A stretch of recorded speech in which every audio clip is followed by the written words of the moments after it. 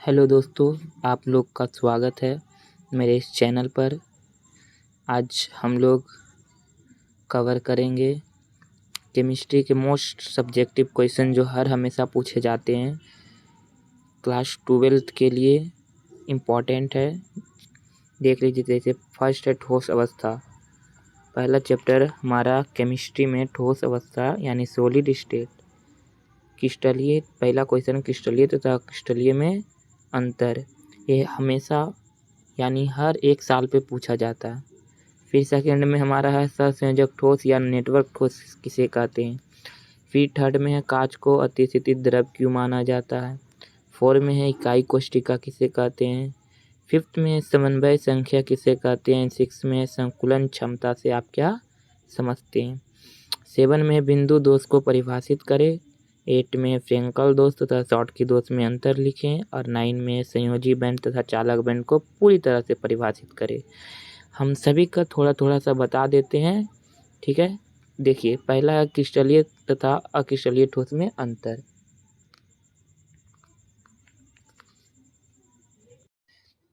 तो हम लोगों को एक लाइन ड्रॉ कर लेना है बीच से और लिखना है पहला में क्रिस्टलीय, इधर लिखना है हम लोग को अक्रिस्टलीय। तो क्रिस्टलीय में पहला तुम लोग लिखना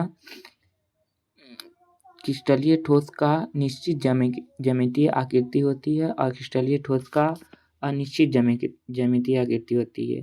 क्रिस्टलीय ठोस दीर्घपरासी व्यवस्था होता है और अक्रिस्टलीय लघुपरासी। क्रिस्टलीय विषमदैशिक होता है, क्रिस्टलीय समदैशिक होता है। और हम लोग लिख सकते हैं क्रिस्टलीय में रवादार ठोस होता है और क्रिस्टलीय में बेरवादार ठोस होता है, ठीक है। सेकेंड क्वेश्चन है सहसंयोजक ठोस या नेटवर्क ठोस किसे कहते हैं। सहसंयोजक ठोस के अवयवी कण परमाणु से बने होते हैं। यह बहुत मजबूत होता है, इसके लिए इसे नेटवर्क ठोस भी कहा जाता है। यदि अगर आपको नेटवर्क ठोस दिया जाए तो आप बोल सकते हैं कि नेटवर्क ठोस को सहसंयोजक ठोस कहा जाता है। इसके अवयवी कण परमाणु के बने होते हैं, ठीक है। तीसरा क्वेश्चन है कांच को अतिस्थित द्रव क्यों माना जाता है। तो कांच को अतिस्थित द्रव माना जाता है क्योंकि इसमें एक अतिमंद प्रवाह की प्रवृत्ति होती है, बहने की प्रवृत्ति होती है। आप लोगों ने देखा होगा जब बड़े बड़े बिल्डिंग होता है तो बड़े बड़े बिल्डिंग में जो कांच लगा रहता है ऊपर से पतला हो जाता है और नीचे से मोटा हो जाता है। इसका मतलब क्या हुआ कि जो कांच है धीरे धीरे क्या हो रहा है, बह कर नीचे की ओर आ रहा और नीचे क्या हो जा रहा है, मोटा हो जा रहा है, ठीक है। चौथा इकाई कोशिका किसे कहते हैं। इकाई कोशिका अभी जो सबसे सूक्ष्म कण त्रिविमीय कोशिका के सबसे सूक्ष्म कण को इकाई कोशिका कहते हैं, ठीक है। समन्वय संख्या है एक गोला जितने गोलों से सटा होता है उसे समन्वय संख्या कहते हैं। संकुलन क्षमता, आप लोगों को संकुलन क्षमता ऑब्जेक्टिव में बहुत पूछा जाएगा, इसको अच्छी तरह से याद कर लेना। और 7वां है बिंदु दोष, उसी तरह है फ्रेंकल दोष, शॉर्टकी दोष, ये भी बहुत इंपॉर्टेंट है। 9 में संयोजी बैंड तथा चालक बैंड को पूरी तरह परिभाषित करें, ठीक है। आप लोग अगर इस पूरे क्वेश्चन का आंसर चाहते हैं तो आप पूरा इस वीडियो में बने रहें। हम आपको लास्ट में बताएंगे इसका कहाँ मिलेगा आंसर, एकदम PDF बाय PDF, ठीक है। एक फ्री, कुछ भी पैसा नहीं लगेगा। सेकंड है विलियन यानी सॉल्यूशन। ये हमारा ऐसा चैप्टर है जो बच्चों को बहुत परेशानी होता है।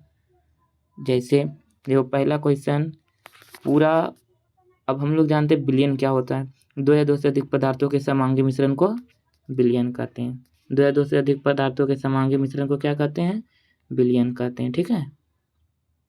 अब पहला क्वेश्चन है मोलरता किसे कहते हैं। देखो प्रति लीटर बिलियन में उपस्थित विलय की मोलों की संख्या को मोलरता कहते हैं, ठीक है। इसका जो सूत्र होता है, पहले तो इसका मात्रक पूछता है।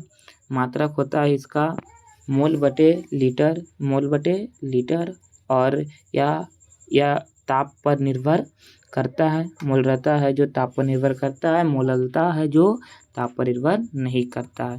मूल अंश, विलेयता, हेनरी के नियम, वाष्प दाब, द्रव विलयन के लिए राउल्ट का नियम सबसे इम्पोर्टेंट, आदर्श विलयन तथा अनादर्श विलयन, अनुसंख्य गुणधर्म। अनुसंख्य गुणधर्म 4 होते हैं, ऑब्जेक्टिव में भी बहुत पूछा जाता है। और 4 कौन कौन होते हैं? वाष्प दाब का अपेक्षिक अवनमन, क्वथनांक में उन्नयन, हिमांक का अवनमन और एक प्राथमिक दाब। हमारा है अर्धपारगम्य झिल्ली, ये भी सबसे इम्पोर्टेंट है। अर्धपारगम्य झिल्ली सिंपल भाषा में बोले तो वे झिल्ली जो बिलाई के कण से क्या हो जाता है, बिलाई के कण पार कर जाता है। ठीक है। प्रासरण तथा विसरण में अंतर, ये भी बहुत पूछा जाता है। प्रासरण दाब किसे कहते हैं? उल्टा प्रासरण, ये सबसे ज़्यादा पूछे जाने वाला क्वेश्चन है सब। समप्रसारित विलयन क्या है? वान-टॉप गुणांक। वान-टॉप गुणांक आपको ऑब्जेक्टिव में मिलेगा। वान-टॉप गुणांक मतलब होता है वियोजन के पहले कण बटे वियोजन के बाद कण को क्या कहते हैं? वान-टॉप गुणांक। ये हमारा आपका ऑब्जेक्टिव में भी मिलेगा। जैसे बोल दिया जाएगा K2SO4 का वान-टॉप गुणांक कितना होता है, तो K2 प्लस H2SO4 को जब तोड़ेंगे यानी K प्लस और SO4 माइनस माइनस, यानी इसका जो बनेगा वान-टॉप गुणांक कितना आएगा? 3 आएगा। उसी तरह अपसमान आणविक द्रव्यमान, ये पूछा गया था और लगता है इस बार भी आने का चांस है। अगला है वैद्युत अपघटन। वैद्युत अपघटन, इससे भी कम से कम तो 10 क्वेश्चन पूछा जाता है। अभी 10 का डबल कर लो 20। तो वैद्युत अपघट क्या है? प्रबल वैद्युत अपघट क्या है? दुर्बल वैद्युत अपघट क्या है? चालकत्व क्या है? सब का आंसर बाई आंसर आपको मिलेगा हमारे इस चैनल पर। ठीक है, इस चैनल पर बने रहिए। आपको थोड़ा सा और कुछ है इसमें बता देते हैं। जैसे में सेल नियतांक है, तुल्यांकी चालकता है, कोलराउस का नियम सबसे इम्पोर्टेंट नियम है। ठीक है, अनंत अनुता पर इसका नियम दिया जाता है। विद्युत अपघटन, एक है फैराडे का वैद्युत अपघटन के नियम। फैराडे ने 2 वैद्युत अपघटन के नियम दिए थे। उसी तरह है मानक इलेक्ट्रोड विभव, और एक है विद्युत रासायनिक सेल, डेनियल सेल, लवन सेतु। लवन सेतु के बारे में पूछा जाता है। लवन सेतु के कार्य, विद्युत अपघटनी सेल और गैल्वेनिक सेल में अंतर, सेल का विद्युत वाहक बल। सेल का विद्युत वाहक बल से भी क्वेश्चन पूछा जाता है। एक है हमारा व्यावसायिक सेल, प्राथमिक सेल, द्वितीयक सेल या द्वितीयक को ही संचायक बैटरी कहा जाता है। ठीक है। अगला है विद्युत रासायनिक श्रेणी। विद्युत रासायनिक श्रेणी क्या? हमारा विद्युत रासायनिक श्रेणी, देखो विद्युत रासायनिक श्रेणी थोड़ा सा, एक है निर्नष्ट समीकरण। कौन सा है? निर्नष्ट समीकरण। ठीक है, क्या है? निर्नष्ट समीकरण। बस इतना तक ही था। और आगे चाहते हैं तो मेरे इस चैनल को सब्सक्राइब कीजिए।